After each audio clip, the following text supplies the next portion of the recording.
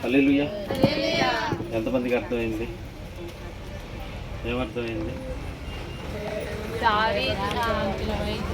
అంటారు కదా? ఇంటికి వెళ్ళాక ఎలా జరిగింది ప్రార్థన అంటే బాగా జరిగింది, బాగా చెప్పారు. ఏం చెప్పారు తెలియదు కానీ బాగా చెప్పారు, బాగా జరిగింది. ఇలాంటి మోసకరమైనటువంటి భక్తిలో మోసకరమైన పరిస్థితుల్లోని క్రైస్తవం నడిచి వెళ్ళిపోతూ ఉందన్న విషయాన్ని జాగ్రత్తగా వాక్యపు వెలుగులో చూసుకున్నప్పుడు మాత్రమే నీకు నాకు అర్థమవుతుంది అని బట్టి దేవునికి స్తోత్రం కలిగి. వాళ్ళ ప్రార్థనలు అంటే ఎట్లా ఉన్నాయి? దావీదులాగా ఎంతవరకు ప్రార్థన చేస్తున్నావు? వాళ్ళ ప్రార్థనలు ఎలా ఉన్నాయి? నేను, నా ఇల్లు, నా ఇంటి వారందరూ, పక్కన సంగతి పాటను తప్పడతలేదు, సందర్భాన్ని బట్టి ఆయన పాడాడు, సంతోషం, దేవునికి స్తోత్రం కలిగి. కానీ మనం అట్లాగే ఉండిపోయే వాళ్ళగా ఉండకూడదు. దేవుని బిడ్డలాగా దేవుని మనకేం కావాలన్నీ ఆయనకి తెలుసు. పొద్దున్న లేచిన ప్రభా తలనొప్పి, మీకు తెలుసు కదా ప్రభా, అసలు ఎంత భయంకరంగా ఉందంటే ప్రభా, అసలు ఎంత లోతుగా ఉందంటే జండు మోరాసన ఆయన తెలీదా? దేవుని వాక్యం చెప్తుంది, కళ్ళున్నవాడు చేతులున్నవాడు సహాయం చేయకుండా. మరి ఎందుకని చేయట్లా? ఎప్పుడు మనం ఏం చేస్తాం తెలుసా? తెలిసినయే చెప్తా ఉంటాం ఆయనకి. ఆయన ఏమంటాడు తెలుసా? నువ్వు తెలుసుకోవాల్సింది తెలుసుకో అంటూ ఉంటాడు. మనం ఏం చేస్తాం? తెలిసినయే చెప్తా ఉంటాం ఆయనకి. మనకి తెలిసినవి ఆయన అన్ని చూశాడు. నీ బాధలు చూశాడు, నీ ఇబ్బందులు చూశాడు, నీ రోగాలు చూశాడు, నీ సమస్యలు చూశాడు, నీ ప్రతి ఒక్కటైనా ఇవి చెప్పాల్సిన పని ఏమనుందా? లేదు. మరి ఏం కావాలి నీకు? ఆయన ఎలాగ ఉండమంటున్నాడో అది నువ్వు తెలుసుకోమని దేవుని వాక్యాన్ని ఇచ్చాడు, అలా ఉండమని. దేవునికి స్తోత్రం. కానీ మనం ఏం చేస్తాము? వాక్యాన్ని పక్కన పెట్టి మా ఇంట్లో, నా కుటుంబం, నా బాధలు, నా ఇబ్బందులు, సమస్యలు, నా రోగాలు, నా కష్టాలు, నా నష్టాలు, నా జీవితం, నా ఉద్యోగం, నా వ్యాపారం, నా ఇల్లు, నా అప్పులు, ఇదేగా. ఇవన్నీ దేవుడికి తెలీదా? తెలుసు. దేవుని బిడ్డలాగా తెలియకుండా ఏమీ లేదు. దేవునికి స్తోత్రం కలిగి. కానీ మనం తెలుసుకోవాల్సిందే తెలుసా? ఎప్పుడు చెప్పే మాట, నీతిని రాజ్యాన్ని మొదట వెతుకు, అవన్నీ అప్పుడు అవన్నీ అన్నాడు. ఏమన్నాడు? అప్పుడు అవన్నీ అన్నాడు. కానీ వాటి జోలు మాత్రం యథార్థంగా బ్రతకడానికి ఇష్టపడతామా? ఇప్పుడు అడిగే మాటగా. అబద్ధం ఆడకుండా ఎంతమంది వచ్చేవాళ్ళ ఒక్క రోజుకి? పొద్దునుంచి ఎన్ని అబద్ధాలు ఆడి ఉంటాం? అసలు జ్ఞాపకం చేసుకోండి. గబగబా చక్కమని ఉద్యోగంలో, చదువుల్లో, ఎక్కడెక్కడ ఎన్ని అబద్ధాలు ఆడేసి ఉంటాం. వాళ్ళ ఒక్క అబద్ధం ఆడకుండా వచ్చాను ప్రభు దేవుడి దగ్గరికి. ఇందాడు అన్నయ్య అన్నాడుగా, యథార్థమైన ప్రవర్తన కలిగినటువంటి పరిశుద్ధ నైవేద్యాన్ని ఎంతమంది తీసుకురాగలిగా? ప్రైజ్లో ఆలోచన చేస్తామా?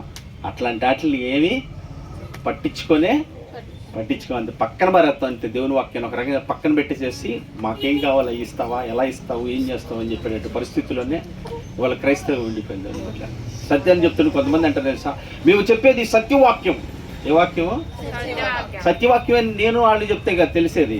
ఈ వాక్యంలో ఏదైతే ఉందో దాంతో స్కేల్ పెట్టి చూస్తే అన్నయ్య అన్నట్లుగా అప్పుడు తెలియాలి. దేవుడికి స్తోత్రం కదా. నేను డబ్బా కొట్టుకుంటే ఇంకో డబ్బాలు కొట్టుకుంటే తెలిసేది కాదు. ఈ వాక్యంతో కంపేర్ చేసినప్పుడు అది సత్యవాక్యం. దేవుడికి స్తోత్రం కలిగి. ఈ వాక్యంతో కంపేర్ కానప్పుడు ఇంకెవరు చెప్పినా కూడా అది సత్యవాక్యం ఏమాత్రమును.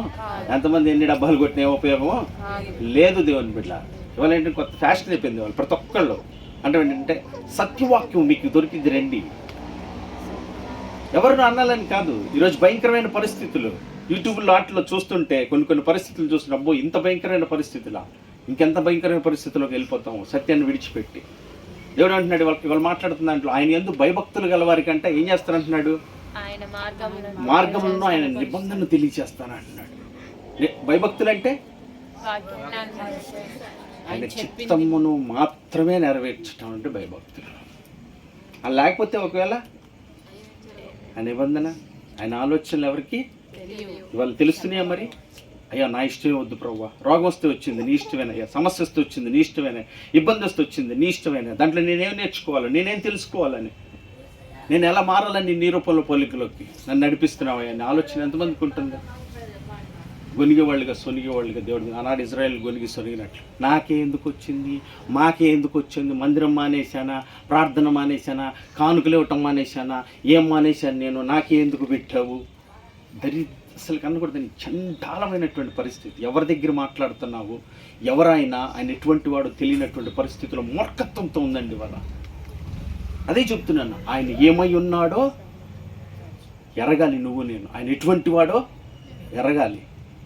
మనం తలంచడానికి కూడా యోగ్యులం కాదండి, తలంచడానికి కూడా యోగ్యులం కాదు. కొంతమంది ప్రార్థనలు ఉంటాయి కానీ మనం చెప్పనవసరం లేదు. ఇక బాగా ఎంత ధైర్యంగా మాట్లాడుతూ ఉంటారంటే అసలు దేవుడితో మాట్లాడుతున్నారు, ఎవరితో మాట్లాడుతున్నారు, దేవుడితో చెప్తున్నారు, ఎవరితో చెప్తున్నారు కూడా తెలియనటువంటి పరిస్థితిలో ఉంటారు. దేవుని బిడ్డ జ్ఞానం కలిగి, భయభక్తులు కలిగి, మెలకు కలిగి వాక్యం ఎలా ఉంటుందని అర్థంలో చూపిస్తున్నాడో ఇవాళ ఏమంటున్నాడు, తన దాసుడి ద్వారా తెలియజేస్తూ, నా దాసుడు ఇలా ఉన్నాడు, దావీదు ఇలా ఉన్నాడు, మీరు కూడా అలా ఉండాలని ఆయన ఆశ, ఆయన తపన, ఆయన తాపత్రయం తెలుసా.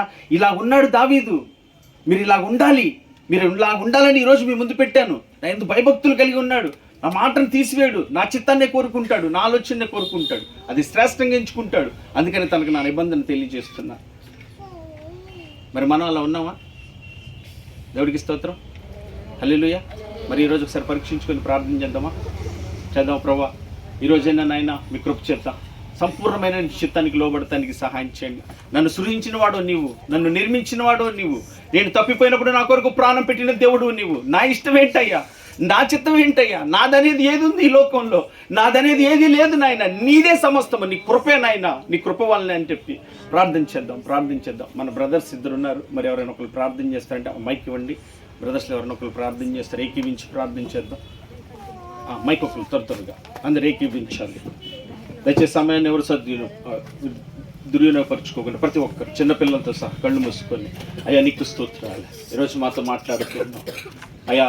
ఆ రీతిగా మాతో మాట్లాడపోతే నీ నిబంధన తెలియక, అయ్యా నీ ఆలోచన తెలియక వ్యర్థంగా లోకంలో శరీరాశ, నేత్రాశ జీవనంలో కొట్టుకుపోతున్నామేమో. అయ్యా మమ్మల్ని నిబంధన స్థిరపరిచి భయభక్తులు కలిగి నడుచుకోవటానికి కృప చూపించమని ప్రార్థించేద్దాం. క్రైస్తవ కృపా సత్య సంపూర్ణుడా, జీవాధిపతమైన మా దేవ, నీ బంగారు పాదాలకు వందనాలు, కృతజ్ఞత స్తోత్రాలు. ఇది నీ కాలం హెచ్చించు వాడవని, నీవు వాడు పాత్రనై నేనుండుటకై, నీవు వాడు పాత్రనై నేనుండుటకై, నిలచియుండును పవిత్రతతో, నిలచియుండును పవిత్రతతో. హల్లెలూయా యేసయ్యా నీకే స్తోత్రమయ్యా, హల్లెలూయా యేసయ్యా నీకే స్తోత్రమయ్యా. మహాగణుడవు, మహోన్నతుడవు, పరిశుద్ధ స్థలములోనే నివసించువాడవు. మహాగణుడవు, మహోన్నతుడవు, పరిశుద్ధ స్థలములోనే నివసించువాడవు. కృపా సత్య సంపూర్ణమై మా మధ్యలో నివసించుట న్యాయమా, నన్ను పరిశుద్ధ పరచుటే నీ ధర్మమా. కృపా సత్య సంపూర్ణమై మా మధ్యలో నివసించుట న్యాయమా, నన్ను పరిశుద్ధ పరచుటే నీ ధర్మమా. మహాగణుడవు, మహోన్నతుడవు, పరిశుద్ధ స్థలములోనే నివసించువాడవు. హల్లెలూయా. చూద్దాం విగ్రహం. హల్లెలూయా. చివరి ప్రార్థన ఆశీర్వాదంతో ముగించుకుందాం. కళ్ళు మూసుకొని తలలో ఉంచినట్లయితే, పరిశుద్ధుడా,